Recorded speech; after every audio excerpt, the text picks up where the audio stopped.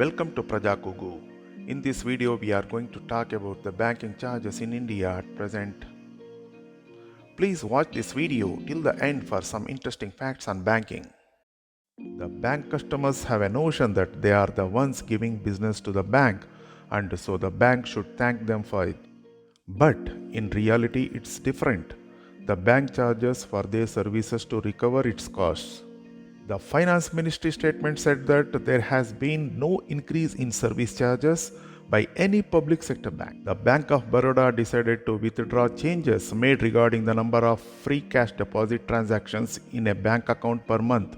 Bank of Baroda had made certain changes regarding the number of free cash deposits and withdrawals per month, separate fees for current account, cash credit limit deposit, withdrawal from overdraft account, and deposit withdrawal from savings account. All these changes were put in effect from November 1st, 2020. The Bank of Baroda has rolled back after government intervention as well. As far as basic savings bank deposit accounts are concerned, the Department of Finance Ministry said no service charge is applicable on the 60.04 crore such accounts in India, including 41.13 crore Jan Dhan accounts opened by the poor and unbanked segments of the society for the free services prescribed by RBI. Other public sector banks have also intimated that they do not propose to raise bank charges in the near future in view of the COVID pandemic, said the Finance Ministry. Public sector banks are those where majority of the stake in the bank is held by government, whereas in a private sector bank, majority is held by stakeholders of the bank. Let us see the banking transaction charges. Average balance requirement. Many customers are not aware about how the average balance is calculated. Average balance is the average amount to be maintained in the account over a stipulated period. It is the minimum amount that is to be maintained in the account. Banks calculate it by adding each daily closing account balance and dividing it by the number of days in the period. Earlier, all banks used to take the quarterly figure. Now, many have moved to the monthly system. If the figure falls below the level mandated for the account, banks usually charge a penalty. For example, in a State Bank of India account, you have to maintain the minimum balance on a quarterly basis. ICICI Bank and HDFC Bank, the calculation monthly. There are accounts with no minimum balance requirement.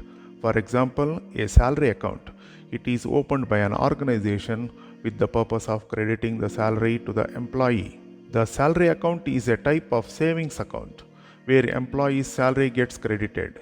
Usually, a bank will offer more benefits to a salary account because it is a fixed source and it is a zero balance account. Duplicate statements. Banks charge you every time you apply for a duplicate account statement. The good news is that you pay less if you apply through net banking, phone banking, or ATM. The usual fees of ₹100 can be cut to off by going for the non-branch options. Dishonored check. There are checks drawn on banks and there are checks deposited with banks. In both cases, you are charged for failed transactions. Usually, there are different charges for outstation and local checks. Consider this. For checks deposited with ICICI Bank, it costs ₹100 for local checks and ₹150 for outstation checks. Failed ECS transaction. Failed electronic clearing service transaction. Banks charge you every time an ECS transaction is rejected. Banks have a flat penalty for all failed ECS transactions. Some charge more for second rejection in the same month. For example, HDFC Bank charges ₹350 for every rejection in a quarter. The penalty for subsequent rejections is ₹750. Cash transactions. Cannot make unlimited cash deposits and withdrawals for free either at home or non-home branches, other ATMs. For example, ICICI Bank allows 4 free cash transactions per month for branches in the same city. Thereafter, it charges ₹90 per transaction. There can also be a cap on transaction value. In case of HDFC Bank, no cap on amount that can be transacted in the home branch. At non-home branches, customers are charged rupees 5 per rupees 1000 for amounts above rupees 49,999. At non-home ATMs, the rates are set by the Reserve Bank of India. Present rule mandate at least 5 free transactions per month at other banks' ATMs. After this, banks charges you per withdrawal. The limit has, however, been revised for 6 metropolitan cities from November onwards.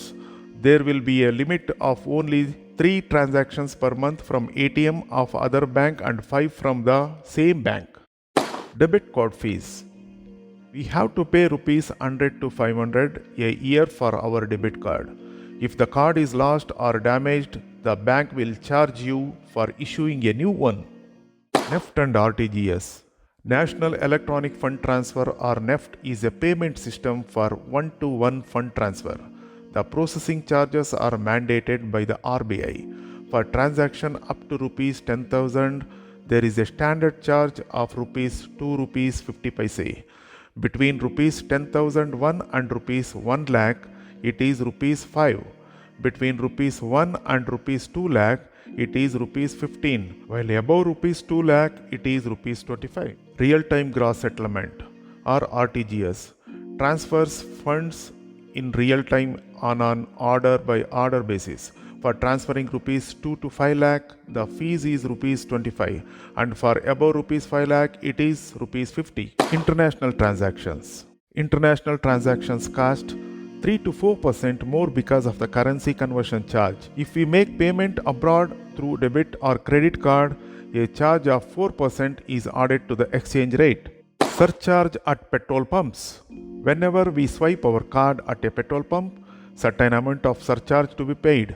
For example, SBI charges 0.75% for purchases of up to rupees 2000 and 1% for higher value transactions. Similarly, the ICICI HPCL debit card does not charge any fees for transactions above rupees 400. For non-HPCL outlets, there is a surcharge of 2.5% of the purchase value or rupees 10, whichever is higher. Some cards also offer you a cashback in partnership with oil marketing companies. SMS service. Banks will charge for the balance updates they send on our phone. For example, ICICI Bank charges rupees 15 per quarter for the service. The list is not exhaustive. There is an excess of other charges for things such as signature, verification, and demand drafts. Since the list of charges is readily available on websites of banks, all of us should take a look at it to know what all we pay for. It is very important to know if bank goes bankrupt, the government reimburses the depositors. Every depositor in a bank is insured up to a maximum of rupees 5 lakh for both principal and interest. Currently, as per the RBI guidelines, deposits with all commercial banks and cooperative banks are insured under the DICGC. Deposit Insurance and Credit Guarantee Corporation covers all different accounts of one depositor held with different branches of the same bank for maximum of rupees 5 lakh. For example, the person X has multiple accounts, savings account, RD account, and FD account or term deposit account in the bank B at L branch. From all these accounts, the person X's total balance amount in the bank rupees 6 lakhs.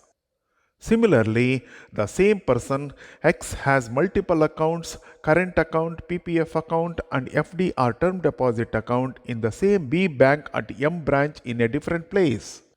For all these accounts, the person X's total balance amount rupees 7 lakhs. For both the branches of the same B bank, and from all these accounts, the person X's total balance amount rupees 13 lakhs. That is from both savings plus deposit. However, the total of rupees 13 lakhs will cover maximum rupees 5 lakhs only. In other words, the person X will get the returns of maximum rupees 5 lakhs only. Thank you for watching this video. I hope this video is useful. If you like this video, please do like, share and subscribe.